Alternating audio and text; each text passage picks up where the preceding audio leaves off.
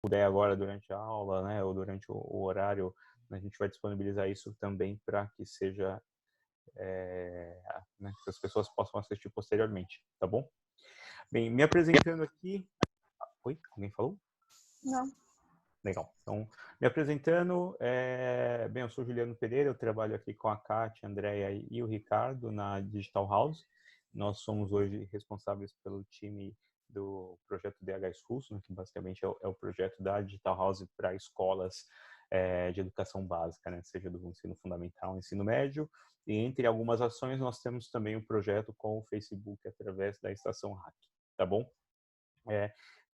Bem, acho que a gente já falou um pouquinho da Digital House para vocês, mas uma coisa que eu gosto muito de lembrar quando a gente começa falando aqui, vendendo um pouquinho do nosso peixe, é que a razão pela qual a Digital House existe, né, e eu a chamo de uma grande escola, é para transformar a vida das pessoas através da educação, no nosso caso, através da educação digital, né, através da tecnologia e de outras ferramentas e propostas pedagógicas, não só para os adultos, mas também com os jovens e com os professores, né? Então, tudo que a gente tenta fazer, tudo que a gente se engaja a fazer, está muito pautado nesse nosso propósito de transformar a vida das pessoas pela educação, né? E esse é um processo muito novo, né? A Digital House no Brasil tem 2 anos, nós conseguimos, nesses 2 anos, já ter muita história bacana, né? Ajudar muita gente, seja a entrar no mercado de trabalho, né? E agora num trabalho mais próximo das escolas. Então, tudo que nós fazemos, né, tem esse propósito embutido, e aqui não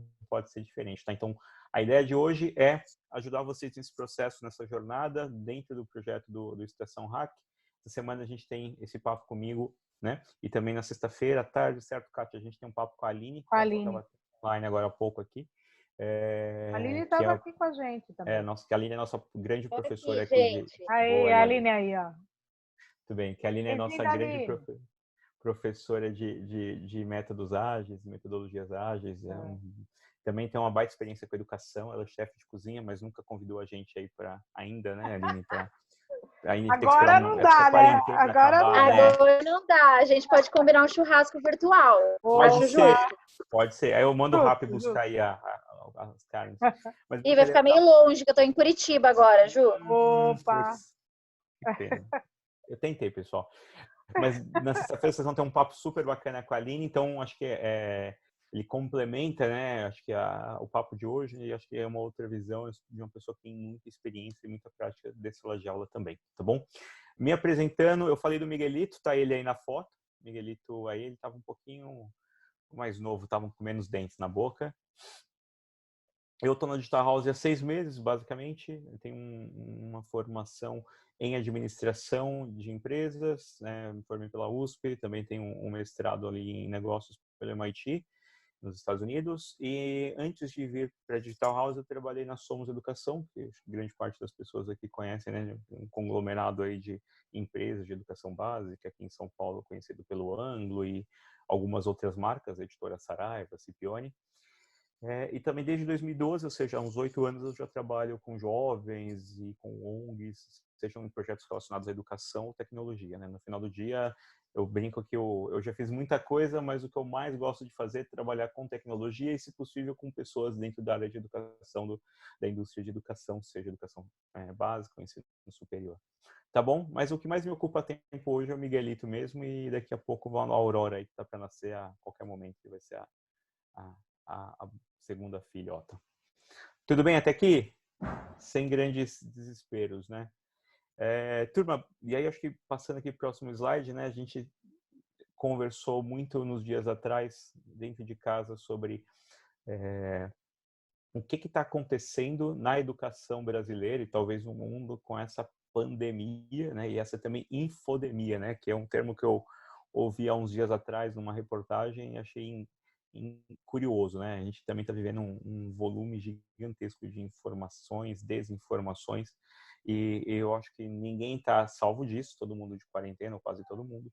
E tem uma discussão também de educação, né? Como que a gente vai enfrentar esse assunto, principalmente dos menores, né? Educação básica, que acaba sendo um modelo mais tradicional, né? Tem todo um processo muito complexo, né? Muito longo aí de planejamento de aula.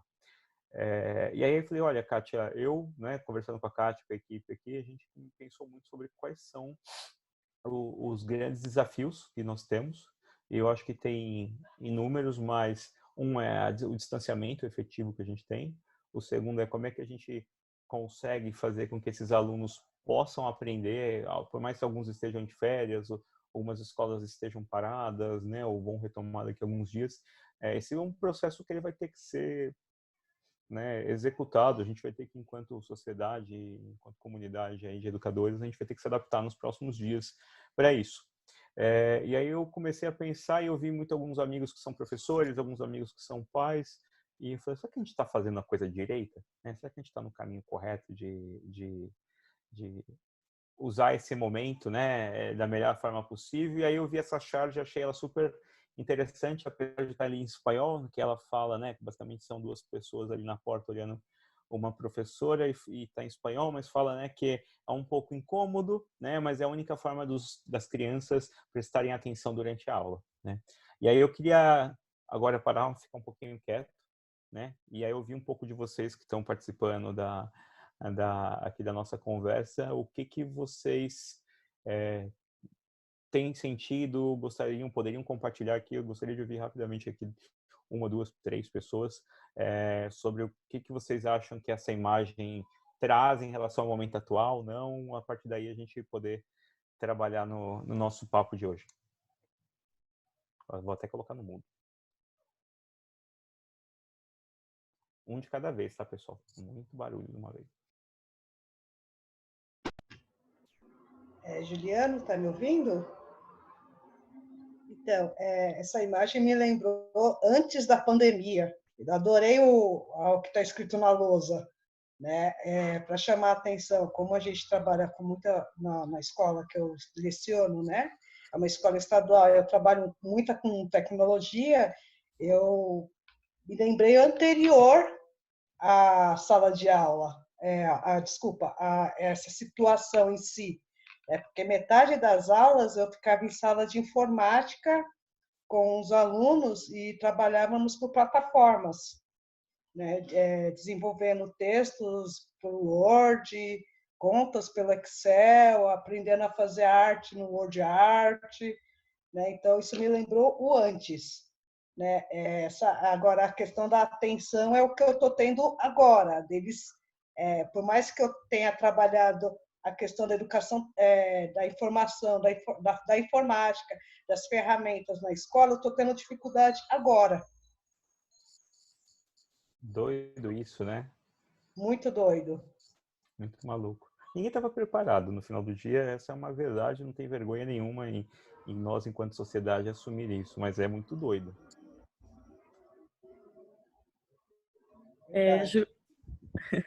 Juliano, tem uma pergunta aqui no chat da Cícera, na verdade um comentário aqui, um comentário e uma pergunta. Me faz pensar como criar aulas que sejam tão atraentes e dinâmicas como os programas de TV. Tenho bem menos recursos e alguns nem funcionam. Baita pergunta, Cícera. Eu acho que se alguém tiver a resposta aqui, vai ficar rico ou vai fazer um bem danado para a comunidade, ou os dois, né? É difícil, é difícil. No final do dia, assim, minha visão, né? Eu sou uma pessoa que me considero relativamente novo dentro da área de educação. Efetivamente, eu estou há 5 anos trabalhando com isso, né? Trabalhando seja com tecnologia, dando aula em cursinho, nos meus projetos. E tenho a minha experiência como aluno também, né? Eu acho difícil competir. Ao mesmo tempo, a gente vive hoje num mundo que a concorrência ela é por tempo de tela, né? Então, não é só o aplicativo do Netflix, o WhatsApp, o TikTok. No final do dia, a concorrência, principalmente, né, para buscar a atenção das pessoas, e no nosso caso dos alunos, é pelo tempo de tela. Então, eu acho que, respondendo a tua pergunta de uma forma muito simples, e a gente pode se alongar mais para frente aqui durante a conversa sobre isso, eu acho que a gente tem que pensar muito em duas coisas, né? A primeira é ser criativo, né? Então, o que a gente consegue fazer diferente? E acho que a segunda que ajuda muito nesse processo de criação é quais são as boas práticas, né? Então, Eu acho que em alguns lugares mais, outros menos, eu vejo muitos professores muito isolados, muito sozinhos ainda, né? É uma carreira que é difícil você, né? Por mais que tenha a sala dos professores ali, o ato de ensinar é um ato, né? Muitas vezes, né, sozinho ali, que você está à frente com um grupo de pessoas. Então, acho que a gente acaba usando, né, na maior parte das vezes, pouco essa troca de experiência com os professores. Daí essa questão da formação ser cada vez mais importante, eu, né, tenho ouvido muitas pessoas dando mais atenção a isso e acho que ainda tem muito trabalho a ser feito. Então, Cícero, eu acho que é um ponto importante, assim, de fato é difícil competir, né? Assim, essa briga ela é meio de Davi e Golias mesmo e a gente vai ter que pensar de forma criativa, pegando práticas de outros lugares que deram certo e também acho que trabalhando muito o nosso relacionamento com os alunos, né? A Kátia tinha comentado muito né, acho que até queria que ela falasse aqui para vocês, que eu gostei demais, dessa questão do quão digital a gente achava que nós éramos, os nossos alunos achavam que eles eram e a gente está vendo que não, né? Então, acho que isso acaba sendo uma coisa muito peculiar que a gente está descobrindo a Forceps e acho que seria muito bacana aí, Kátia, você compartilhar com a turma. Nós temos desenvolvido esses webinários exatamente para discutir vários aspectos que envolvem a educação, né? Essa pergunta que a Cícera fez, essa pergunta aí, eu considero uma pergunta, mais que uma pergunta, uma reflexão muito significativa, né? Como que nós podemos nos tornar tão atrativos quanto as mídias, que já são especialistas nisso? Então, eu acho que tem vários aspectos aqui, várias camadas desse problema. Então, eu queria voltar para a charge, porque uma das camadas eu acho que está um pouco ali. Como as aulas presenciais já vinham sendo desenvolvidas, né? Como a gente já vinha pensando a escola, como a escola historicamente se construiu, como um espaço muito passivo de produção de conhecimento, e o que as tecnologias digitais exigem, né? Porque esse aluno que não se engaja por meio das aulas à distância, tem uma pergunta importante aí para nós fazermos, né? Talvez nós estejamos fazendo aulas semelhantes às aulas presenciais. Essa é uma pergunta, porque a charge nos mostra um pouco isso, né? Ao mesmo tempo que ela mascara uma situação e cria uma moldura para um problema que a sala de aula enfrenta, pode ser que as aulas digitais também tenham um pé muito na aula presencial, que tem uma semelhança muito grande. E são mídias muito diferentes, são formas de comunicação muito diferentes, que talvez precisassem de elementos de participação mais potentes. Mas todos nós estamos aprendendo a lidar com essa situação, porque ela é muito nova para todo mundo. Nós aprendemos como professores a fazer um planejamento muito estruturado e trabalhar a partir desse planejamento. É claro que o planejamento é sempre um roteiro, é claro que o planejamento é flexível, ele comporta modificações ao longo do processo.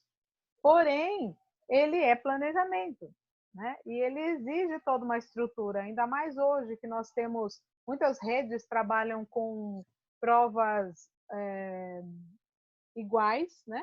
Provas em rede, as provas massificadas, desconsiderando as realidades locais, né? E hoje, quando nós estamos vendo uma situação em que o aluno é muito protagonista, ele precisa ter autorregulação, as avaliações, elas precisariam dar conta desse aluno se perceber como aluno, num momento de estudante muito pessoal e muito particular, mediado e orientado pelo professor. Mas o professor não tem mais, nesse momento, na minha leitura, um papel tão ativo e tão organizador. Ele tem um papel mais organizador do que qualquer outra coisa, mais mediador do que qualquer outra coisa. Talvez o professor tivesse um papel mais de mentoria até nesse momento, né? Então, é um modelo muito diferente e nós estamos aprendendo a fazer, fazendo. Por isso que eu venho dizendo nos outros webinários, quem acompanhou e nas aulas mesmo, que nosso trunfo é o nosso conhecimento, que nós já temos como profissionais de educação, mas pensar que essa é uma experiência coletiva. Esses espaços de troca, eles são fundamentais, porque eu tenho uma experiência, o Cristiano tem outra, a Ana Lúcia tem outra, a Cícera tem outra, então cada professor tem a sua experiência e pode ajudar muito. Então, nós estamos também pensando num webinário de partilha, de troca de experiência. Então, vão se preparando para a gente pensar um pouco essas estruturas e essas angústias. E aí já convido vocês para acompanhar o webinário da Aline, que vai tratar das metodologias ágeis, né, da agilidade em sala de aula. E aí vamos ver como isso pode nos ajudar. Essa não é uma praxis que todas as escolas tenham. E uma outra que nós já vamos pensar nesse sujeito que está ali trabalhando sozinho em casa, numa situação diferente e tentando fazer seus alunos aprenderem. Então, nós vamos tratar disso também, né? Desse acolhimento ao próprio professor nesse momento tão diferente. Kátia, o microfone. Deixa eu aproveitar, Kátia e Juliano, um comentário aqui do Luciano no chat. Tá. Acredito que a participação da sociedade é fundamental para que esse projeto seja vantajoso para todos. Exato. Pois, do mesmo modo que as regras são aplicadas em sala de aula, deveria ser do mesmo jeito em casa. Mas sem o apoio dos pais fica difícil competir. Eu acho que os pais... Ficou claro, né? Eu dei uma engasgada aqui. Não, ficou claro, né? O comentário dele. Sim, sim. Mas eu acho... Eu posso comentar um pouco? Por favor. Eu vou aproveitar o seu comentário aí. Você falou uma frase muito importante. O aluno se perceber como aluno. Aí depois você falou que o professor tem que ser o mediador. Talvez mais importante ainda do que nós sermos mediadores é nós sermos motivadores. É motivar esse aluno em cima do que o Luciano falou, para esse aluno não depender de uma família, não depender de uma sociedade, que ele por si só ele busque esse conhecimento, ele busque essa informação. E a nossa dificuldade hoje, pelo menos a minha dificuldade e da minha região aqui em sala de aula, é motivarmos o aluno e fazer ele se enxergar como aluno. No momento que ele se enxerga como aluno e vê essa importância, ele consegue evoluir, e evoluir muito. E a família, infelizmente, nós sabemos que no Brasil, a grande maioria das famílias são desestruturadas. Classe média baixa, classe baixa é totalmente desestruturada, eles só pensam no mínimo. Eles não pensam em evoluir, eles pensam em não perder o que eles têm. Isso é complicado para o adolescente entender que ele tem como evoluir, que ele tem como sair daquele mundo através dele mesmo. No momento que ele se enxergar como aluno, ele consegue. Aí eu acho, aí vem essa parte da mediação e da motivação. Nós acabamos sendo motivadores. E quando nós conseguimos motivar, aí tudo consegue ir mais facilmente, acredito eu. Nós temos aqui no Espírito Santo, eu não sei de onde vocês são cada um, eu sou do Espírito Santo, a CEDU ela ofereceu para nós professores alguns cursos sobre digitais, sobre trabalho digital. Já tem 2 anos que eles estão oferecendo direto, e eu vejo poucos professores se interessando por isso. Na escola que eu trabalho, a nossa diretora ela conseguiu motivar a gente a participar, nós participamos. E nós trabalhamos já com essa parte digital e ficou muito nítido o aluno que realmente se interessa e o aluno que faz por obrigação. O aluno que faz por obrigação, ele consegue a nota, mas não consegue o conhecimento. O aluno que se interessa, algumas vezes ele nem consegue a nota necessária máxima, né? Mas o conhecimento, você vê claramente que ele adquire. Nós temos situações aqui, em cima do que o Juliano falou, essa parte da tecnologia, os nossos alunos, que a gente achava que eram os feras, os bambambam, eles são horríveis, cara. Eles não conseguem saber o que é um e-mail. Gente, eu preciso do seu e-mail. Eles, o que é um e-mail, professor? Eu não tenho e-mail, eu não sei nem o que é isso. Você tem Facebook? Você tem? Tenho. Então você tem que fazer um e-mail para ter um Facebook. É aquilo que tem um arrobazinho lá, que é o seu e-mail. Ah, professor? É isso daí, cara. Então, nós temos que ensinar essa tecnologia para eles também. Cristiano, você está perfeito. Assim, eu brinco que essa pandemia ela tem muitos efeitos complexos de saúde, então, que pega todo mundo, mas ele tem uma baita lição aqui para nós que somos educadores ou que achávamos que éramos fluentes em tecnologia, né? Quando a gente tirou o elemento presencial, que é uma, né, das coisas que as pessoas mais criticavam, a casa desmontou, né? Então, os nossos alunos, eles não são digitais, eles são super usuários, né? Eles são usuários que sabem muito bem apertar botões, eles não pensam no modelo digital, né? O digital, acho que a Aline pode falar até melhor que eu aqui, mas o digital, para mim, ele é muito mais um modelo de pensar e de planejar, que é o que eu quero trazer com você, que eu acho que o método ágil ele é um primeiro passo para nós usarmos como jornada, e que muito do que a gente montou, do que a gente está tentando fazer, do que eu vejo nas escolas, a gente vai gravar aulas online e colocar lá no Classroom e os alunos vão baixar. Legal, aí o aluno vai ficar 4 horas sentado em casa na frente do pai. Claro que não vai acontecer, né? A menina não vai ficar comportada dentro da sala de aula, porque aqui na imagem ele não é comportado. Então, assim, mas o pai tem que trabalhar, eu entendo, né? Aquele pai que pode trabalhar de casa, né? Que ainda assim é uma situação de privilégio. Então, no final do dia, eu acho que esse efeito aqui da pandemia, ele escancarou muitas deficiências nossas, né? Que os nossos alunos, eles, na sua grande maioria, eles são usuários, eles não são nativos digitais, por assim dizer, que os nossos métodos de ensino digitais, na verdade, eu acho que aqui a Ana trouxe, aí a casa desmontou, a casa desmontou, porque o que a gente criou foi uma representação, né, eu estou criando uma representação da escola dentro da sala da escola dentro de casa.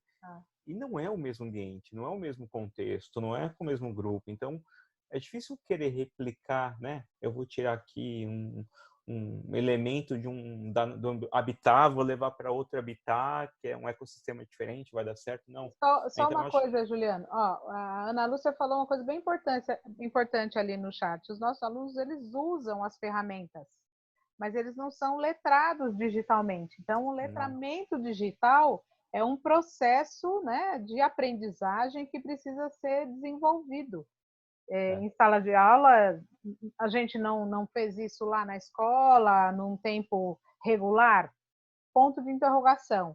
Mas agora é o momento de se fazer, porque nós temos as ferramentas estão dadas para o professor. Então, ao mesmo tempo que há vários entraves, o aluno que não se engaja completamente, tal, ao mesmo tempo que a gente tem essas questões, nós temos também a possibilidade. É uma possibilidade única. E a Jovelina, ela foi muito feliz aqui no chat, eu tô lendo, né? Usam ferramentas de comunicação, mas poucas ferramentas de criação, de produção. E é esse, no final, né? O grande C, né? A partir do momento que a gente deixa de pensar para criar e a gente passa a consumir, seja conteúdo da sala de aula, seja conteúdo do Netflix, ou do aplicativo que seja, a gente vai, né, perder na nossa capacidade de se mobilizar, de entender o contexto, de mover e mudar o contexto, né? Então, a gente fica muito no lugar da inércia. E eu acho que no final do dia é difícil ter 1 ou 2 problemas ou tentar achar uma solução, mas até para a gente aqui conseguir passar para o restante das coisas, eu acho que essa imagem ela é simbólica porque ela mostra que a gente levou para a sala de aula alguns experimentos de tecnologia para tentar chamar a atenção dos alunos, e aí enganamos um pouquinho a gente, algumas coisas funcionam, outras menos, e aí quando a gente falou, beleza, agora a gente vai ter que ser obrigado a levar esse ambiente para fora da escola, a casa desmontou, né? A gente percebeu que a coisa não anda. E aí, para mim, está muito pautado de que a gente quase que vai ter que apertar ali o botão de reiniciar e começar esse processo de novo, né? E acho que como o mundo não vai parar para esperar a gente preparar, arrumar a casa, né? Ou seja, o avião está voando e a gente vai ter que trocar a asa do avião, como eu falava muito lá com a minha equipe de TI, a gente tem que pensar em modelos que permitam a gente trabalhar com isso, né? O próximo slide que eu tinha aqui, acho que a gente já falou, né? O papel do docente, né? Faltou uma interrogação, né? Essa charge aqui do Jean Galvão, para mim, né? Ela é muito clara, né? Acho que tem um papel de fazer o aluno, né? sair de um patamar e ir para outro ponto, né, e avançar. E se ele puder fazer isso de forma criativa, mesmo sabendo que tem poucos recursos e às vezes é pouco, né, valorizado, e que ele consegue motivar e consegue ser esse curador, né, de conteúdo e não mais ficar ali, né, versionando coisas, né, passando conteúdo ali para o aluno decorar, melhor, né? Então acho que tem esse desafio também agora, né? E eu acho que vai ser muito interessante ver os próximos passos de como essa transição vai acontecer. Acho que é a Jovelina que levantou a mão. Você quer falar, Jovelina? Será que ela está muda? Eu deixei para todo mundo liberar seu microfone. Não, vocês não estão me ouvindo? Agora estamos. Ah, tá. Então, eu estava ouvindo você. Agora liberei para mim. Então, esses dias atrás eu estava refletindo sobre isso, né? Não, na verdade, no final do ano passado, para esse ano, nos meus planejamentos, né? E eu pensava o seguinte, né? A questão da tecnologia digital, a questão da informática, enfim, as redes sociais, a internet, né? E aí eu pensei que, assim, o nosso país, enquanto país de terceiro mundo, né, ele segue essa linha, a mesma linha que foi o uso da televisão, né? A TV entrou muito como um meio de lazer, somente de lazer, né? Ele não entrou, a nossa TV brasileira não entrou como um meio educativo, né? Ela entrou como um meio de lazer, de manipulação de massa, e não como um meio educativo, como às vezes aconteceu, foi o processo de outros países, né? E aí eu até refletia, preparando as minhas aulas, nesse sentido, que a tecnologia digital, enfim, essa questão da informática e as redes sociais, elas chegaram assim para, infelizmente, ou felizmente, eu acho legal esse lado do lazer, né? Sim. Agora, a questão é que vai para o 880, né? Ele tem esse lado do lazer? Tem, né? E, infelizmente, a questão da manipulação, enfim, daí a gente entra para outra área hoje em dia, que são os fake news e coisa e tal, né? Mas é isso só que eu queria trazer para vocês. Não, você está certa, Jo. Eu gosto muito do Humberto Eco e acho que ele foi muito feliz e também foi muito polêmico quando disse que a internet trouxe voz para muitos idiotas, né? Então, falar em besteiras ou fazer em besteiras, né? Então, acho que as redes sociais, elas acabaram expondo muitas coisas que antes a gente não tinha acesso e aí acaba sendo mais complexo, de fato, administrar, seja porque tem mais coisa para fazer, seja porque tem muita coisa concorrendo, né? Então, acho que é muito bom. Então, é desafiador. Eu me colocando no lugar de um professor hoje, seja de, sei lá, Fundamental 2, geografia, que precisa discutir contextos políticos sem pensar em apologia alguma e tentando pensar nesse volume de informação e como atrair os alunos, cara, e ainda com, né, em geral, pais ali que não tem um nível de formação que ajude de apoio, né? De apoio. Filhos, putz, é difícil, assim, eu tive muita sorte na vida, né, nem devia estar falando, mas assim, putz, eu sou filho de empregada doméstica e de um motorista de ônibus que tinha um pouco de estudo, mas que, apesar de não poderem me ajudar, sempre me incentivaram, olha, você precisa estudar, né? Então, eu acho que eu também tinha boa cabeça, então isso foi suficiente para eu e minha irmã podermos nos dedicarmos à educação e à escola, mas a gente sabe que a gente era a minoria, né? E que isso faz uma baita diferença, né? Então, isso acaba também exigindo uma mobilização maior. Acho que não sei se foi o Cris que falou aqui sobre ter a sociedade, os pais juntos, é uma super verdade, né? O professor sozinho não pode nem vai conseguir fazer a coisa andar sozinha, né? Faz muito milagre, mas é difícil você andar, né? Eu fico pensando aqui, olhando até para essa imagem, para essa charge, desse professor ponte, né? Professor ponte para o aluno. É uma ponte entre o aluno e o conhecimento, e aí usando as ferramentas que nós professores temos, né? Mediando, motivando, né? Mas como ponte. Vamos lembrar que esses alunos estão hoje em dia, aqueles que têm acesso, porque nós também temos que ter clareza que nem todos têm acesso aos meios digitais, né? Nem todos têm computador em casa, nem todos têm esse acesso. Porém, aqueles que têm estão com o mundo em suas mãos. Então, numa ferramenta de busca como o Google, por exemplo, eles têm acesso a muita informação, a tudo aquilo que eles quiserem procurar. Então, nesse sentido, talvez nós, professores, pudéssemos repensar esse nosso papel para ajudar esse aluno a, primeiro, usar a tecnologia. Alguém escreveu ali, legal. Usar a tecnologia. Alguém está brincando ali na imagem. Tem alguém se divertindo ali. Você que fez, Jovelina? Olha o que os alunos fazem. Alguém está hackeando aqui o webinário, hein? Isso porque a turma estava falando que estava ainda se acostumando no começo. Imagina no final Imagina no final desse curso como é que vai estar essa galera. Tocando terror na sala. Tocando terror na sala. Porque isso representa exatamente o aluno. Ai, que medo. Não, porque o que você fez foi a interação que o aluno faz. Pior que é. E eu estava acompanhando a discussão. É claro que estava. Claro que estava. É isso. Às vezes a gente tem uma leitura do aluno negativa e, na verdade, ele está colaborando, ele está super inteirado e colaborando. Talvez nós tenhamos que entender aquilo que, às vezes, a gente lê como indisciplina, como participação diferente. Talvez fosse... É que agora nós temos que ler as coisas de outros modos. E aí tem coisas que a gente tem que retomar. Que o Cristiano falou, Cícera colocou, as pessoas aí no chat já escreveram, que é o trabalho em equipe. O Cícero falou bem isso lá na escola dele. Papel do gestor, estimulando o trabalho da equipe. O papel do aluno, que hoje pode ser um aluno iletrado digitalmente.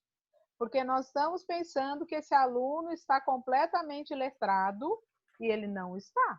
Ele é um usuário de rede social. Claro, não vamos também nivelar todos da mesma maneira, mas nós podemos entender que muitos alunos precisariam de muito mais professor ponte para que esse acesso e essa interpretação das tecnologias digitais por parte dos alunos nesse momento pudesse se voltar mais para o estudo, para o autodesenvolvimento, do que hoje está sendo desenvolvido. Né? Perfeito. Vou fechar meu microfone. Legal, muito bem. E aí, legal. Pergunta, pessoal, entrando no assunto aqui, né? E aí, tá bom, métodos ágeis. Alguém aqui do grupo, né? Tirando a Aline, tá proibido de falar ali.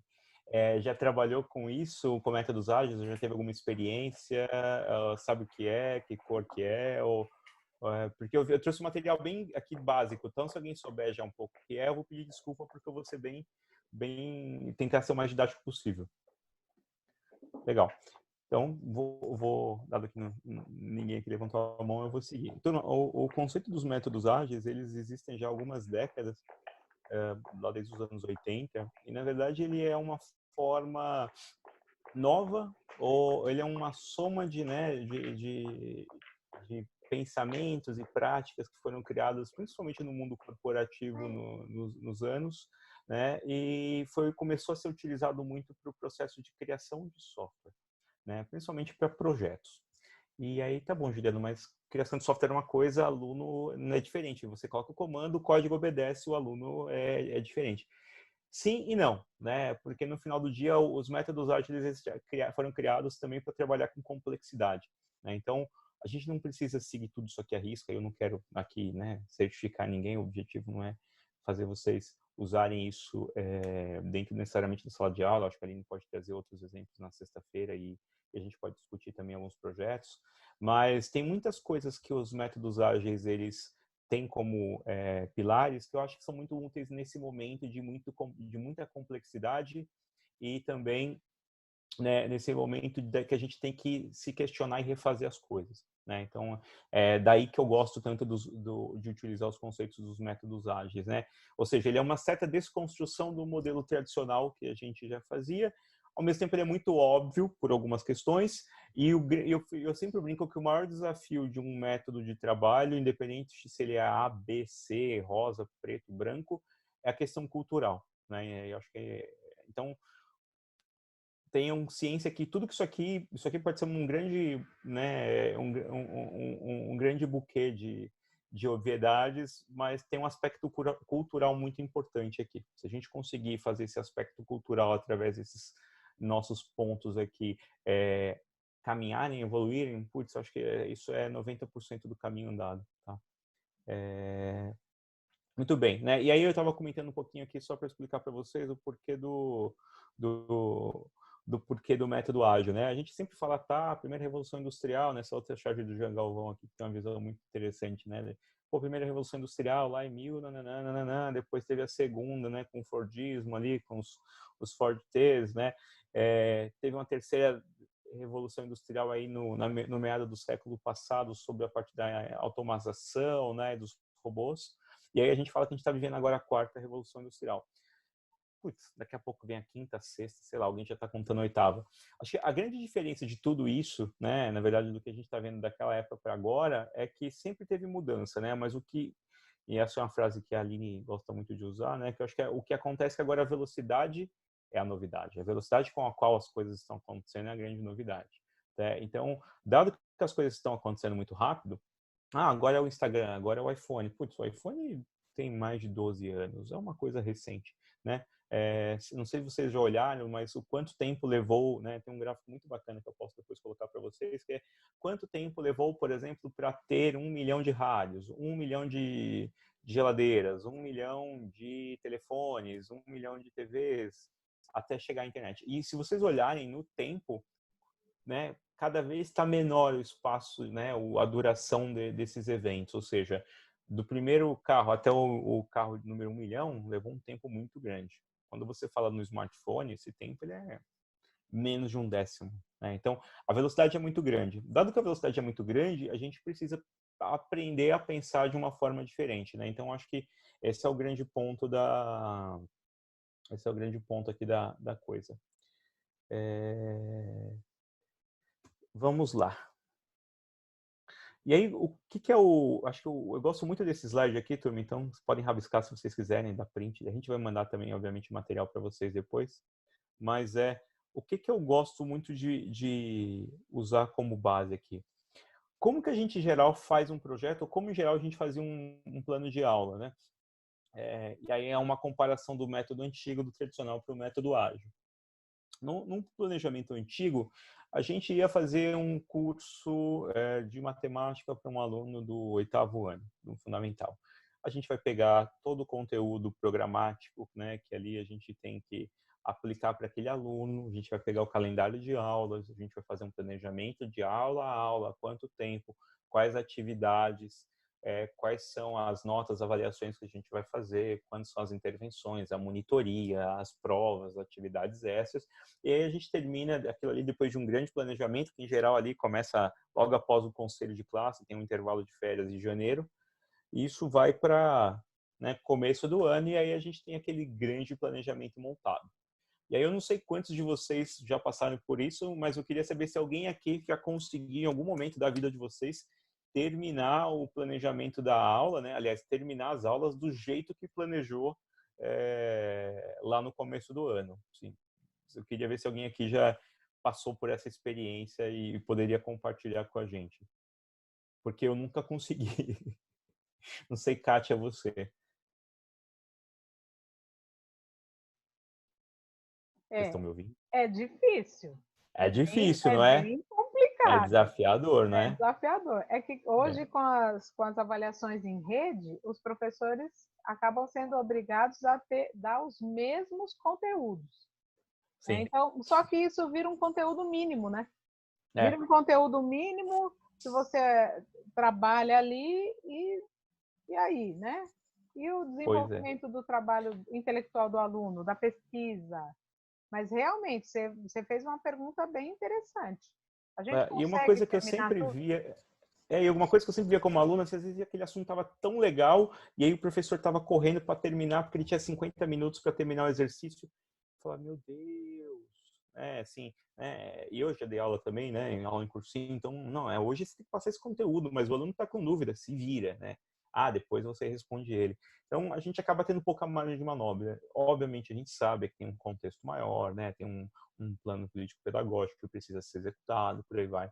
Mas eu sou um defensor de que o planejamento ele precisa ter alguma flexibilidade, né? E eu acho que isso vale para o planejamento, vale para como a gente organiza a nossa dinâmica de sala de aula, né? E eu acho que no final do dia o que a gente está vivendo agora de estar sem muitas ferramentas e sem ter muita ação para trabalhar nesse contexto novo de aula virtual, aula remoto, é porque a gente não tem o hábito de trabalhar de forma flexível, né? E o que é muito do que o método ágil preconiza.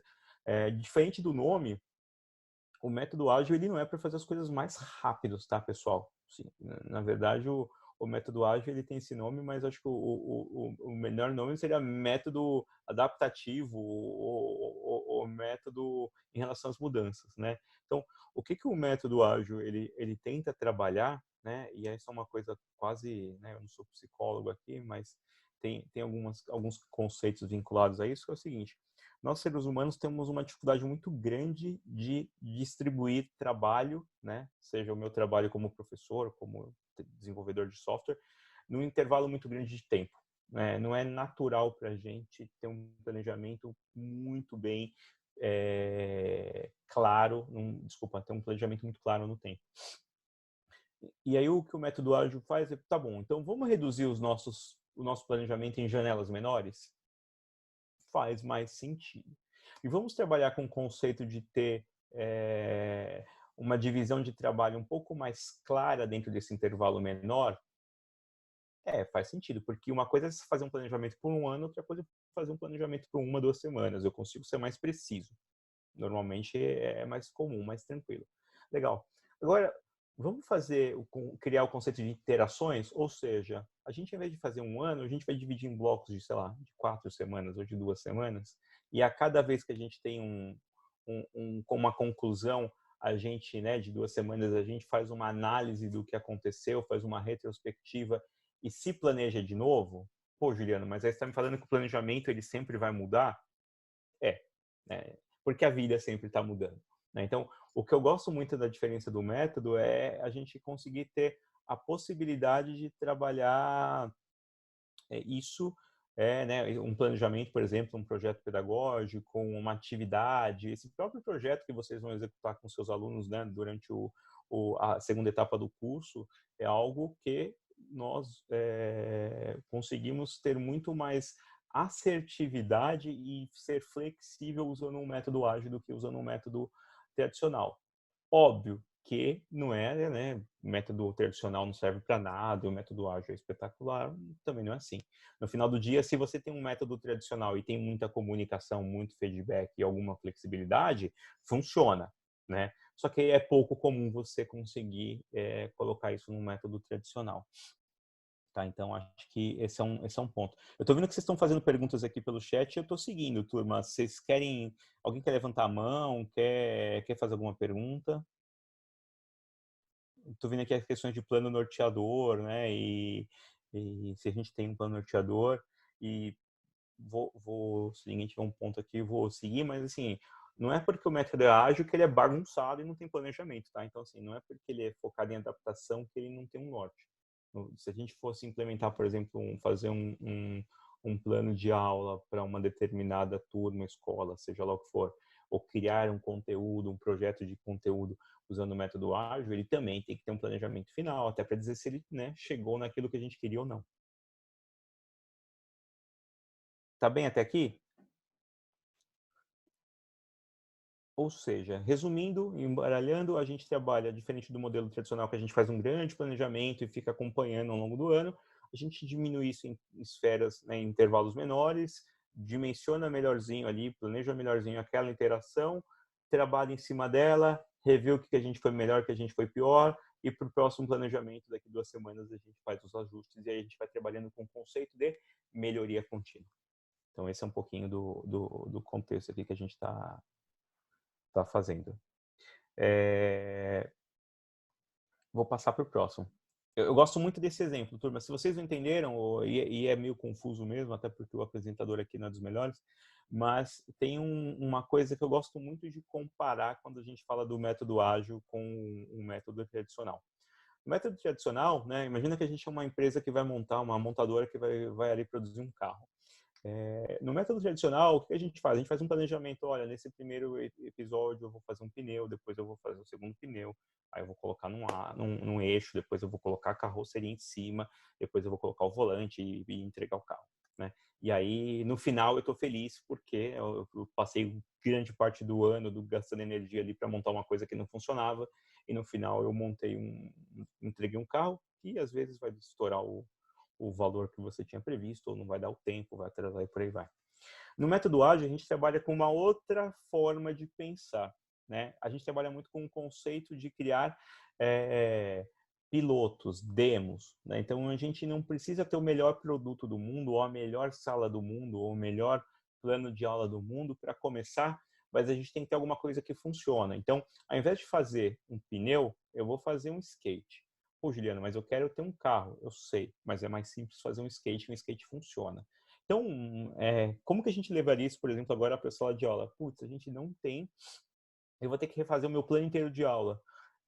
Não sei se vai dar para fazer. Tá bom, então ao invés de a gente tentar pegar todo o plano de aula que a gente tinha do começo do ano, tirar essas semanas de férias, reorganizar as datas, vamos nos preocupar com a coisa básica, mínima que precisa funcionar, que, sei lá, para mim seria garantir que a aula seja atrativa e que o aluno aprenda em casa, ainda que num formato diferente, o que ele precisa para aquele determinado assunto. Vamos. Então, ao invés de sair pensando no todo, a gente pensar no elemento, né, base, né, no elemento central, que no nosso caso seria uma sala de aula. Tá bom. Então, vamos fazer a aula ser funcional.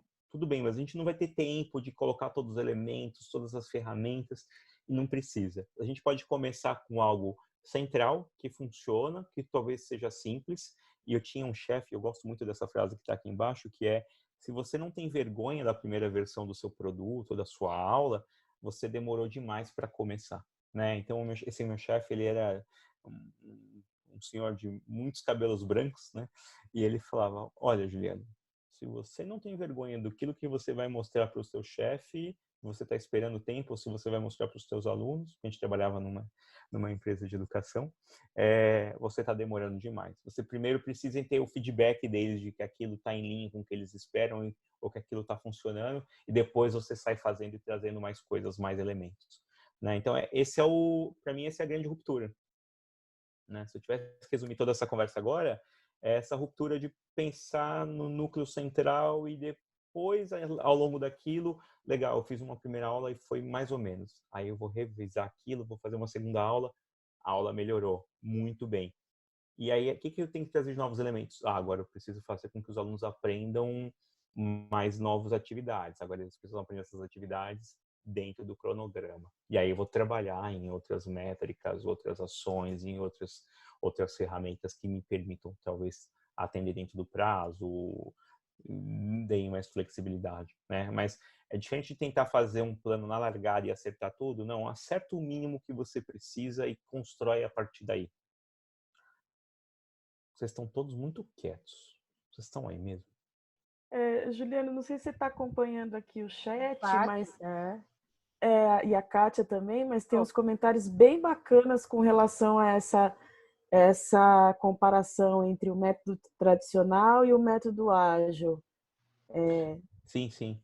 Não, é uma ruptura, por isso que eu falo que é ruptura. Ele não é um processo, como eu posso dizer, tranquilo. Ele é um processo dolorido, né? E eu acho que tem formas e formas, né, da gente pensar, pô, como é que a gente vai trabalhar nisso? Vai precisar de tempo para a coisa evoluir? Vai. Você está completamente certa, Ana, assim. Se os alunos dependem muito da gente, quer dizer que eles, né, a gente ainda precisa evoluir muito no método. Quando eu falo a gente, né, tua culpa nem minha, né? A gente, enquanto sociedade, enquanto educador, precisa pensar muito no método.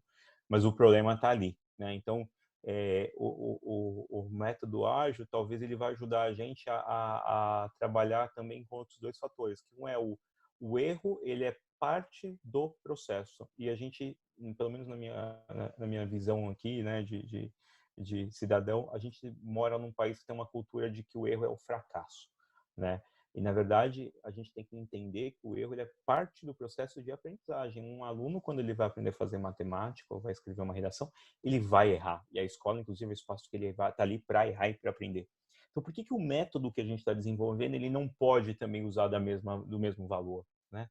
Por que a gente, enquanto professor, não pode nos permitir trazer um elemento novo e errar? Eu acho que isso é meio que antagônico. A gente tem que errar. Se a gente não errar, a gente não evolui. É da natureza humana ter que errar, é da natureza dos bichos, né? É da natureza, ponto. Né? Esse processo de errar. Então, eu acho que o que a gente tem que, pensando aqui nas minhas experiências passadas e pensando nos casos de sucesso que eu vi, a coisa demorou sim muito tempo, né? E essa coisa ela precisa ter um comprometimento das pessoas, quando eu falo muito de cultura disso, de que vão existir erros, vão ter dependências demasiadas, a gente vai perceber que existia flancos que não estavam claros e a gente tem que trabalhar em torno deles. Então, é muito menos um processo de você acertar na largada e mudar rápido e muito mais um processo de você adaptar, testar, experimentar, errar e as pessoas entenderem que esse é um modo de fazer. Porque se a gente não fizer isso, a gente não evolui, né? Ou a gente vai levar muito mais tempo para evoluir. Né? Então, esse é um pouco do contexto. E nem todo mundo está preparado para a mudança, e é dolorido, é dolorido. Os pais vão reclamar, os professores nem todos vão querer. Mas tem aquela coisa também, né? Que a partir do momento que um grupo se destaca, seja de alunos, de professores, e que o resultado acontece, aquilo também vira vitrine, né? Então, existe sim um sentimento de muita ansiedade, né? Eu acho que isso é intrínseco desse processo de mudança. Só para falar para vocês que não é essa beleza toda que eu estou contando, né? Não sei, André, se eu capturei todos os pontos aqui, mas acho que respondendo o que o grupo está falando é isso. E aí, Ana, não sei, você fez umas provocações aqui que eu gostei bastante. Me fala aí se você tiver condições, quiser. O Cris também aqui, se vocês têm uma visão diferente da minha, acho que estou falando besteira, eu não tenho essa de não ouvir coisa ruim, não. Podem falar que estou acostumado. Eu acho que teve algumas coisas bem... O Cristiano ia falar, Cris, te interrompi? Não? Eu queria só retomar uma coisa aqui. Eu li várias coisas ali do chat, fazendo alguns comparativos, a questão da interação. Então, acho que as próximas perguntas, Juliano, são assim, porque perguntaram ali, as metodologias ágeis, elas são semelhantes às metodologias ativas? Eu penso que são coisas diferentes, né? Sim, são coisas diferentes. E ela perguntando, alguém perguntou se... a Cícera que disse, ela entende que precisa ter interação. E essa palavra interação apareceu várias vezes ali no chat, né? Interação, participação, mudança do papel do aluno, os alunos acomodados em uma pedagogia tradicional. Então, tem várias camadas aí. E aí a Aline já tem que ir pensando isso para nos ajudar quando ela for falar de métodos ágeis em sala de aula. Nossa, a Aline deve estar com raiva de mim, eu só estou trazendo mais problemas para ela. Ainda bem que eu fui o primeiro e não fui o segundo a falar. A Cícera falando que os seus apontamentos está tirando da zona de conforto. Muito bom. Isso é bom. É assim que a gente aprende. Turma, quando eu tinha uma equipe de desenvolvimento que a gente trabalhava junto, e o dia que me falaram que a minha equipe iam construir coisas que eu não sabia que eu não sabia exatamente como que eles iam entregar no final e que eles iam tomar decisões que eu não ia participar, eu até posso parecer legal, mas eu, por dentro, eu falei, como assim eles vão fazer isso e não vão falar mais para mim? Porque eu não sei o que eles estão fazendo. Aí alguém falou... Juliana, é isso aí. Agora, eles têm que tomar iniciativa. Você não falou que eles tinham que ser ágeis? Então, eles têm que se adaptar. Se eles tiverem que combinar com você todo o tempo, você, na verdade, está atrapalhando eles, você está cerceando eles. Falei, putz, como é que eu trabalho? Bem, então você vai ter que trabalhar, na verdade, em empregar o método da melhor forma possível e criar condições para eles poderem trabalhar. Entendi. Então, eu não vou dizer mais como é que eles vão trabalhar. Agora, eu não vou mais dizer o que eles vão fazer, eu vou ter que dizer como é que eles deveriam trabalhar. Eita. Né? Então, eu vou ter que abrir mão disso? Vai. E, galera, foi uma bênção depois que eu aceitei isso, porque eu tinha que me preocupar muito menos com todos os detalhes e eu tinha muito mais que me preocupar com o ambiente e com o contexto que eles estavam. Né? Então, talvez fazendo exercício aqui de ser o aluno, o professor... se eu estiver dando um contexto para ele, as ferramentas, um caminho onde ele possa aprender, eu não necessariamente, não estou falando isso, né? Assim, não é que eu não tenho que me preocupar se ele está aprendendo ou não, né? Mas eu tenho que estar muito mais entendendo se o processo de aprendizagem dele é funcional ou não. Se ele tiver uma dúvida ou outra, eu vou ajudar, claro, né? Mas muda um pouco a forma como a gente enxerga a coisa, né? A mesma coisa num diretor ou num coordenador pedagógico com a sua equipe, né? Eu não quero ver se você entregou o caderno. Deixa eu ver se você tem os métodos, as ferramentas e está conseguindo executar aquilo que você precisa. Então, obviamente, ele não é perfeito, ele não é a melhor coisa do mundo, ele é um pouco utópico em alguns lugares, mas ele sim gera desconforto, mas eu acredito que é um desconforto que faz todo mundo crescer, sabe? E aí, então, turma, eu gosto muito do Gilbert, né? E como bom nerd que sou. E aí o Gilbert... Oi. O Cristiano quer falar. Fala, Cris. Eu estou tucando aqui para aprender aqui a ferramenta. Eu estou acompanhando vocês, está tudo legal. Você está experimentando também, tá certo, justo. É um processo de aprendizagem.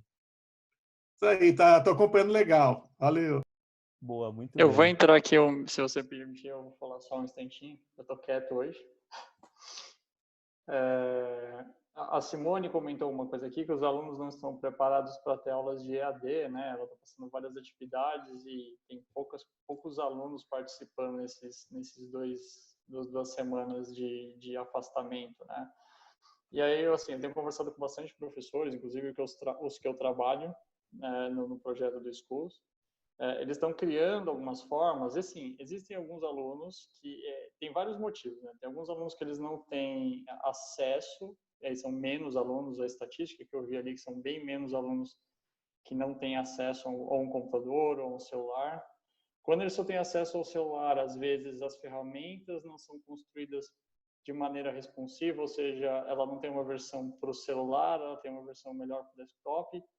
E tem outros fatores de comportamento também, às vezes, né? Os alunos, eles estão sendo muito acostumados nesse modelo tradicional de sala de aula, onde eles são, vem aqui, essa é a sua atividade, você faz isso aqui, eu vou te avaliar depois, e eles estão sempre com um guia ali o tempo todo, né? Quando eles vão para a distância, dentro de casa, com uma série de distrações, uma série de outras situações ali também, e sem esse guia constante ali, né, em cima deles presencial, eles realmente não foram preparados para isso. E eu acho que, olhando daqui para frente, tem coisas que a gente não vai conseguir resolver durante a crise, né? Eu acho que tem coisas que a gente está aprendendo agora para resolver a partir do momento que o tempo passar, essa crise passar, e como é que a gente pode fazer diferente daqui para frente, né? Para a gente ter uma situação melhor para o futuro. Penso eu. Concordo muito contigo, Ricardo. Assim, a gente vai aprender muito, algumas coisas a gente vai conseguir mudar. Simone trouxe o caso aqui, os meus alunos não estão acessando. É um problema. Os alunos dos nossos parceiros também, das escolas parceiras, estão com o mesmo problema. Os nossos amigos hermanos na Argentina estão com o mesmo problema, inclusive, tá? Então, assim, não é um problema só nosso, não. É um problema que está acontecendo no mundo. Eu tenho uma pergunta. Diga. Será que nós tínhamos 100% dos alunos engajados em aula, presencialmente? Será que 60% de alunos participando não é um índice bem interessante? Porque eu tenho a impressão que isso já acontecia em sala de aula. O que está acontecendo é que nós estamos tendo acesso a dados que talvez nós não tivéssemos olhando ou observando com atenção. Alguém lá mexendo. Tem algum hacker dentro desse webinário? Tem. Não, mas só para dar uma... Desculpa, para voltar. Só para voltar. Talvez sejam dados fundamentais para que nós possamos pensar a partir de agora. Talvez essa versão digital nos tenha aberto os olhos. É dado, gente. É olhar... Pode falar, Ricardo. Vou te dar uma perspectiva em cima do que você está falando, usando a nossa própria plataforma. Claro. A gente conseguia acompanhar a quantidade de alunos antes que estavam se engajando, mesmo tendo aula em sala de aula, mas a gente conseguia olhar quantas porcentagens de alunos estão trabalhando na plataforma. E aí eles estavam aos poucos entrando e fazendo as atividades e se adaptando. Mas quando foi para esse modo de EAD, A gente teve turmas que dobraram a quantidade de acesso, de repente. Então, a gente vê que tem uma grande quantidade, tem alguns ainda que não estão, porque tem alguns que não têm interesse específico naquele conteúdo, preferem outras coisas e tem essas distrações todas. Mas, assim, quando eu olho para os dados antes e depois, eu vi que mais pessoas começaram a acessar e participar do que até elas estavam fazendo antes. Então, pode ser. Isso só para dar uma amostra, né? Pode ser. Bom ponto. E aí, que legal. Pô, Juliano, você deu esse monte de ideia aqui, né? A gente vai começar a fazer uma aula ágil, né? Então, nada de planejamento, nada de documentação, não tem mais plano político-pedagógico. A gente vai começar a trabalhar, dar aula e vamos ver de onde a gente vai sair. Não é isso, tá? Assim, não é isso. A gente não está falando que não tem planejamento, a gente está falando que a gente vai fazer diferente, né?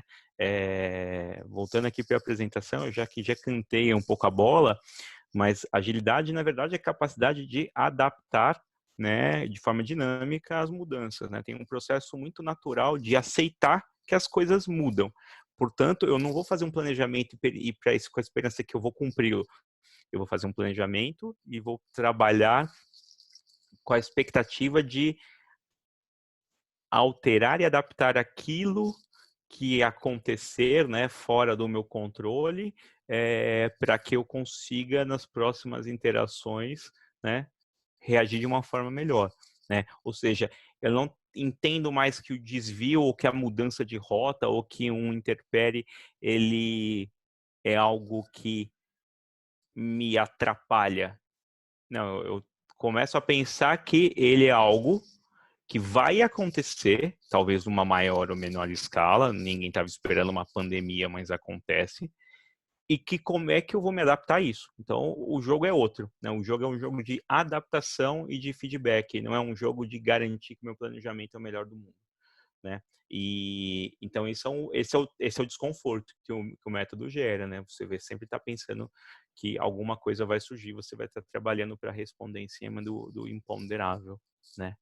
Então é diferente, é desafiador, né? De novo, ele não resolve o problema agora dos 60% dos alunos que não estão acessando, mas ele permite que a gente olhe para esses 60% e fale, legal, será que esses 40% já não estavam prestando atenção na sala de aula, como a Kátia trouxe? Será que eles estão com algum outro problema? Como é que a gente consegue chegar em 65% na próxima interação?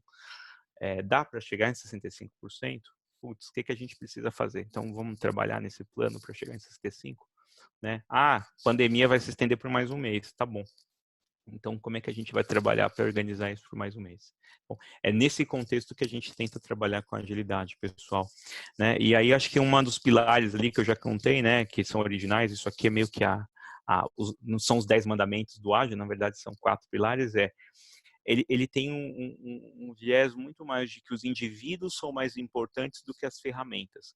Então, se eu tiver que dar aula para os meus alunos por telefone, por e-mail ou por um outro método e ao invés de usar o aplicativo da Digital House, eu usar o Google Classroom e isso for funcional, os alunos estiverem aprendendo, ótimo. O importante é o indivíduo e as interações entre eles. Isso é mais importante do que a ferramenta está funcionando. Então, se eu não tiver a melhor ferramenta, tudo bem. O importante é que o aprendizado, o plano que a gente vai trabalhar, o projeto, ele aconteça. Esse segundo bloco aqui do software em funcionamento, ele é mais importante do que a documentação. A gente pode trocar o software por qualquer outra coisa que nós estamos desenvolvendo ou criando. Então, a aula funcionando é mais importante do que o planejamento perfeito, né? Obviamente tem que ter planejamento, mas eu não vou ficar esperando o melhor planejamento para fazer a melhor aula, né? O que importa no final do dia, numa visão mais utilitarista da coisa, né? De novo, né? Eu não sou dono da verdade aqui, é que eu prefiro ter uma aula que os alunos aprendam do que ter o planejamento revisado inteiro para esse ano que Deus sabe como é que vai acabar. Né? Então, esse é um pouco da mudança de mindset ali do skate e do carro que eu falei. Né?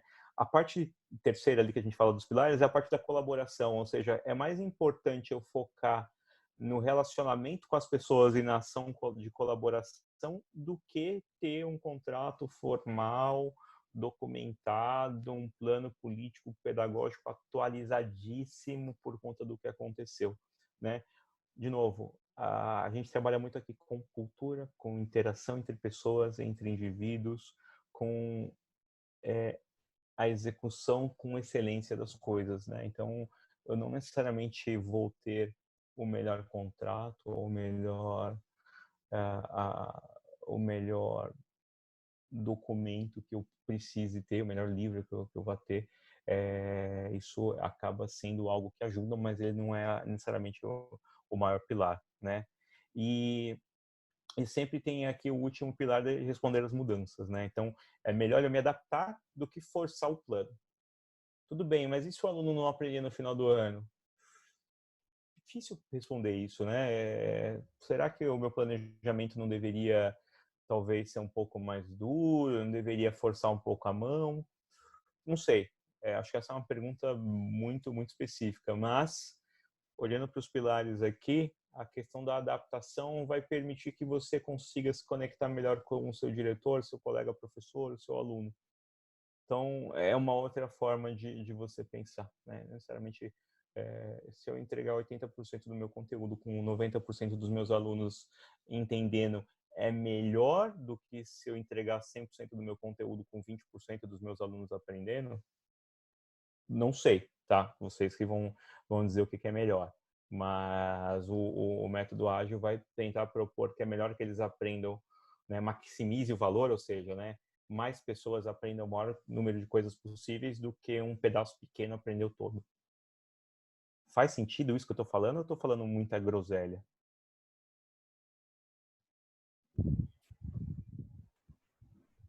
Muito sentido, muito sentido.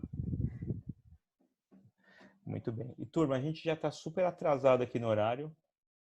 Eu não quero que vocês se atrasem para os outros compromissos. Tem uma pergunta do Patrício aqui, ó. Método ágil se relaciona com o Scrum? Sim. O Scrum, ele é uma abordagem que é derivada do método ágil. O método ágil é como se fosse um modelo mental, né, em que a gente se organiza, né? E o Scrum, ele é uma das formas de execução, né? Tem o Scrum, tem o Kanban, eu tenho aqui algumas dicas para vocês. Vou deixar aqui no material, mas o Scrum, ele é um tipo de método ágil. Então, assim como, por exemplo, dentro das metodologias ativas tem projetos integradores, coisas do gênero, subprodutos, né? Aqui também ele segue essa hierarquia. Muito bem, vou passar aqui, turma. E aí, coisas simples aqui, conceitos chaves, né? Juliano, como é que a gente faz isso? A gente sempre trabalha, né, com as ações que a gente vai fazer, que a gente chama de história de usuário ou user story, né? Que nada mais é do que definir claramente o que a gente quer fazer. Então, quando eu falei que a gente quer ter algo muito celular, nuclear para entregar no começo, tudo começa por escrever uma boa história do usuário. É uma descrição que tem que ser muito concisa e simples e leve de entendimento. Então, talvez aqui usando o caso não sei se foi a Cícera que comentou, 60% dos meus alunos não estão, só 60% estão usando. Então, eu quero aumentar esse percentual. Então, como eu aumento, como eu faço os meus alunos aumentarem para 70% o uso das aulas EAD para que você quer isso, né? Para que eles aprendam, para que eles participem, né? Mas tem que ser algo muito simples, né? Que seja mensurável depois, né? A história no final do dia ela é isso, ela é como se fosse uma guia, uma referência para você, mas ela tem que ser um elemento fechado, né? Você lê, fica claro quem, o que, por quê, para depois, quando terminar o sprint, tá aqui do lado direito, você olha para aquilo e fala, opa, consegui, não consegui, por que sim, por que não. Tá claro? Né? Então, a gente sempre trabalha com o conceito de história. Se você não fizer uma boa história, dificilmente você vai conseguir entregar aquilo que você gostaria e, principalmente, dificilmente você vai mensurar aquilo, né, que você queria mudar. E aí, se você não mensura, né, fica difícil você saber se a sua expectativa foi ou não foi atendida. Eu vi uma campainha aqui. Muito bem.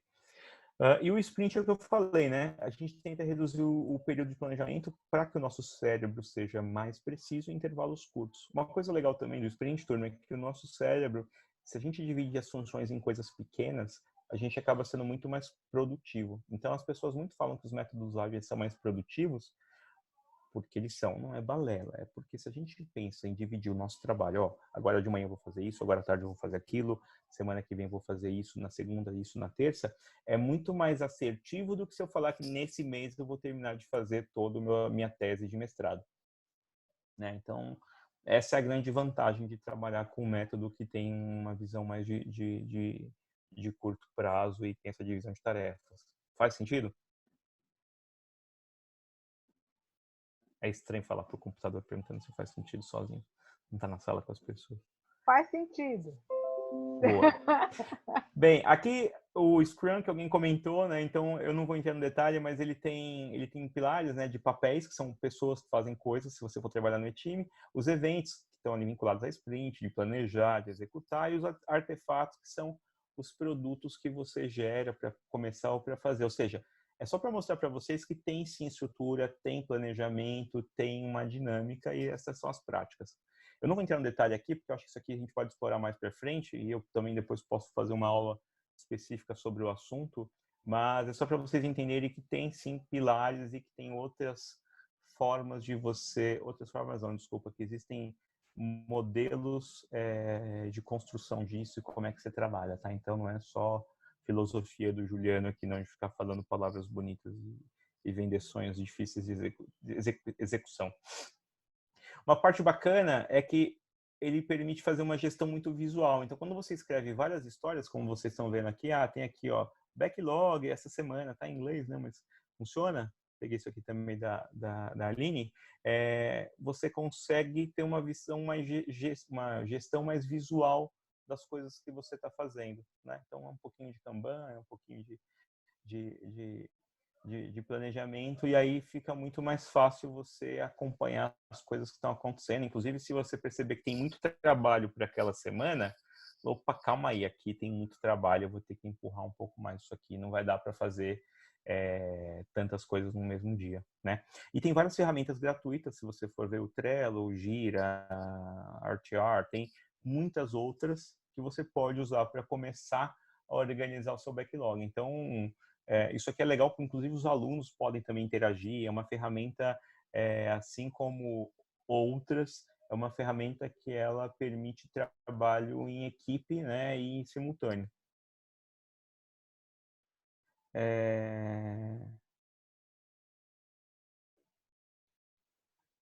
A Cícera perguntou, Scrum seria como planners de organização? O planners lá do Microsoft, Cícera, se foi essa pergunta, sim. Esses conceitos são novos, estão sendo incorporados da área administrativa. Se eu entendi sua pergunta, se as áreas administrativas usam isso, cada vez mais a resposta é sim. As áreas administrativas estão usando. Lembrando que isso aqui é muito bacana para você fazer duas coisas, né? Ou projetos, ou áreas que tenham, né, trabalhem por projetos, por exemplo, vou fazer um projeto pedagógico novo, vou fazer um planejamento aqui para um evento da escola que tem todo ano, né? Ou mesmo para atividades que têm muita execução, né? Que tem muitas etapas, né? Então isso aqui também é muito usado para você acabar acompanhando um pouquinho de áreas, por exemplo. A gente tem uma equipe aqui administrativa que faz muitas campanhas de marketing em mídias sociais. E aí eles têm lá o planejamento deles toda segunda, eles listam todas as ações que precisam fazer. Aí a Cátia e o Juliano chegam lá no discurso, a gente queria fazer isso aqui com o pessoal do Facebook. Eles olham e falam, olha, a gente está planejando, então vou colocar aqui para fazer na quarta-feira. Aí na quarta-feira a gente vai lá e olha lá no dashboard, olha, então você vai fazer? Não, hoje eu vou fazer. Então acaba sendo uma ferramenta também de troca entre as áreas administrativas com as áreas de operação ou o próprio time pedagógico. Tá bom?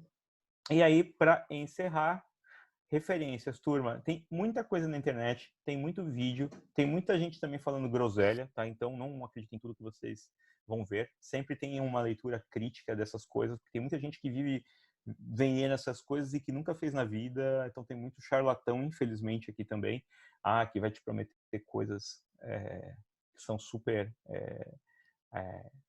maravilhosas e utópicas. Desses livros aqui, esse livro aqui, amarelo, e Scrum, a arte de fazer o dobro pela metade, apesar do título ser horrível, eu odeio esse título, é um livro muito bacana porque ele fala do processo de criação desse método, que foi de se eu não me engano, acho que ele era um piloto de caça do exército americano, da aeronáutica americana.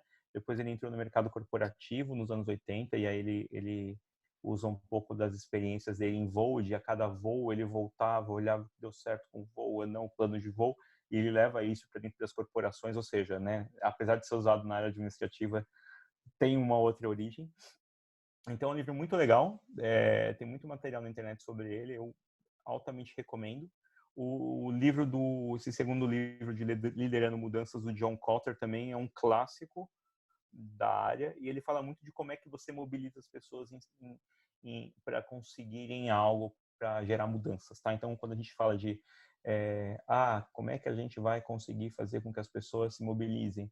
De novo, nem tudo é receita de bolo, mas esse livro ele traz alguns conceitos, né, neurológicos, algumas práticas de como você consegue mobilizar as pessoas e liderar para causar mudanças. Eu já usei muito isso, vivo usando e sempre funciona. E para mim depende muito do cenário, você adapta um pouco mais, um pouco menos, mas é um livro muito bacana. E aí tem vários outros livros aqui que eu acho que podem ajudar vocês nesse processo, nessa jornada, se vocês quiserem se aprofundar, ou mesmo material no YouTube, vídeos por aí que vocês conseguem usar para se aprofundar em um determinado assunto. Nós também temos um blog da Digital House, que o link está aqui embaixo. A gente lançou, se eu não me engano, essa semana ou semana passada, um conteúdo sobre metodologias ágeis, tá? Então, ali inclusive tem vários assuntos sobre o mundo digital, tá? Até recomendo vocês utilizarem, tá aberto, vocês podem compartilhar com quem vocês quiserem. E eu acho que é legal porque ele traz provocações bacanas e a gente está praticamente todo dia postando alguma coisa nova. Turma, e resumindo, embaralhando, é isso, né? A gente fala de método ágil, ele trabalha em ciclos, ele trabalha com o conceito de flexibilidade, de adaptabilidade. A gente fala muito que ele não é algo bagunçado, ele tem que ter os momentos de planejamento, de inspeção, de feedback, né? Ele tem uma proposta de melhoria contínua, que eu acho que ele é muito aderente para o tempo que nós vivemos. Aqui, para concluir meu ponto, prometo, a gente vive num tempo de crise, né? Tudo que a gente vivia do ponto de vista de sociedade alterando com as revoluções industriais, com esse momento que nós vivemos, que né, vai entrar para a história da humanidade, o que nós estamos vivendo hoje vai entrar para os livros de história, né? Os nossos filhos e netos vão ler sobre essa época, eu tenho certeza sobre isso. Então, a gente está vivendo um ponto muito importante, né, na nossa sociedade. E se a gente não buscar, a meu ver, né, minha simples opinião, buscar alternativas de como agir e como pensar e como se organizar enquanto coletivo nesses momentos, a gente provavelmente vai levar mais tempo para aprender as lições ou para conseguir êxito.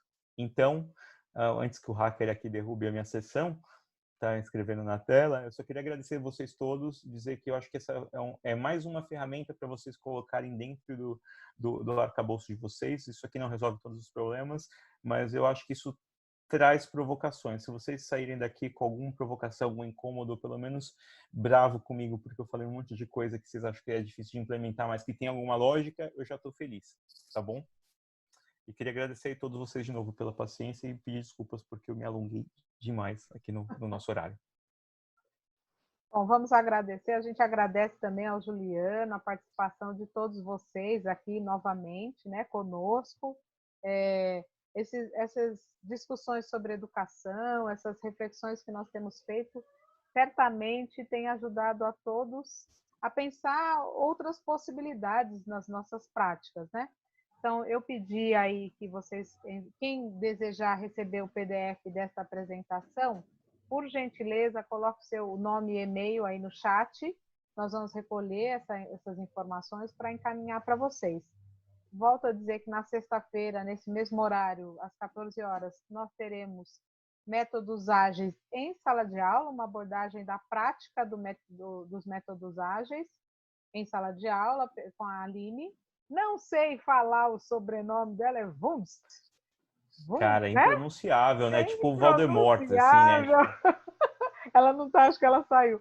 É ela saiu. impronunciável, então sem chances. Mas a Aline vai nos acompanhar na sexta-feira, será um prazer receber vocês. Aqueles professores que já estão participando das turmas online, nós iniciamos uma turma nesta semana, a turma A, terças e quintas, para o curso de programação, para aqueles que já estavam inscritos, já entregaram as cartas de aceite. Esses foram os primeiros a se inscreverem nas turmas online. E uma segunda turma que começará na próxima semana. Se por acaso você já entregou a sua carta de aceite e não recebeu esse convite para participar das turmas online, ou se ainda não entregou a carta de aceite, mas já fez o seu teste de lógica, por favor, manda aí, avisa aí a Andréia, manda um e-mail aí para ela. A Andréia está pondo o e-mail dela aí no chat novamente. Né, Andréia? Eu estou falando. Coloco. Não, eu estou te ouvindo, já estava aqui com a mãozinha levantada. Para a hora que você terminar de falar, eu queria complementar algumas coisas importantes. Tá bom. E aí, já manda o Thiago, eu vi que o Thiago pôs ali, que entregou a carta de aceite, mas não recebeu o e-mail. E nós estamos mandando para o e-mail que vocês cadastraram na inscrição. Se por acaso vocês não estão usando esse, dá uma olhadinha na caixa de spam, dá uma observada para ver se é isso que está acontecendo, tá bom? Aí a Andréia já avisa para a Andréia que ela já organiza isso para a gente. Isso. Obrigada, gente. Acho que a Andréia quer falar alguma coisa. É coisa bem rápida, bem pontual, só para complementar o que a Kátia está falando. A gente está com uma série de programações de webinários, como ela falou, e a gente tem a programação do curso, né, do curso Estação REC Facebook.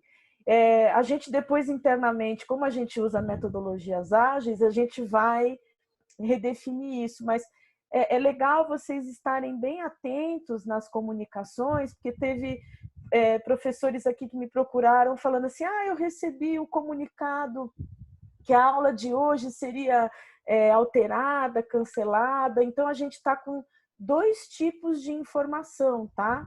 Para os professores que estão que começaram o curso do Estação REC, nós estamos com a comunicação do curso e estamos com a comunicação dos webinários, tá? Então, só para vocês terem um pouco mais de olhar nesse sentido, depois a gente vai redefinir como é que a gente faz esse fluxo, mas são 2 tipos de comunicação, principalmente para os professores que estão inscritos no curso, tá? Então, você vai receber comunicados sobre os webinários e vai receber comunicados sobre o curso, tá bom? Era esse o complemento que eu queria fazer. Tá bom. Então, eu agradeço. O Ricardo quer complementar? Vai, Ricardo. Eu só vou fazer só um comentário. Eu conversei com algumas pessoas no chat, né, durante o evento.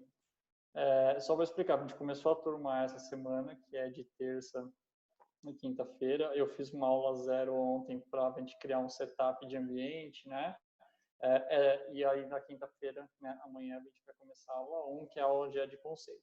Algumas pessoas me perguntaram se tinham perdido em relação à semana que vem. Eu falei, não, na segunda-feira, essa turma B, que vai ser vai ter aulas de segunda e quarta-feira, ela está começando uma semana depois, e eu vou fazer essa aula de setup, de configuração com todo mundo que não participou dessa primeira, na segunda-feira que vem, né? Então, não se preocupem. E a apresentação que eu fiz para vocês, com os links adicionais, eu estou migrando para dentro da plataforma também os arquivos, então vou colocar algumas coisas lá. Vocês já vão ter acesso hoje e amanhã, quando vocês acessarem a plataforma, vocês já vão ver esses arquivos lá, para vocês brincarem também. E aí, quem ainda não começou o curso, ainda está se inscrevendo, que a gente vai fechar na sexta-feira, né, Kátia? Isso. Para começar na segunda, aí eu vou criar um módulo novo de curso na plataforma, cadastrar todos vocês, e aí para vocês entenderem como é que funciona na segunda, também vocês vão ter o mesmo acesso, cada um dentro da sua turma, beleza? A gente precisa lembrar que nós temos bem poucas vagas para esses 2 cursos. O primeiro já está esgotado, o segundo nós estamos ainda com inscrições abertas. e abrimos exceção para aqueles professores que não conseguiram ainda entregar a carta de aceite, porque as escolas estão paradas, né, fechadas, e não têm acesso aos seus gestores. Então, se tiver interesse em participar, it's now or never. Esse é o momento. Como diria o filósofo Elvis Presley, it's now or never.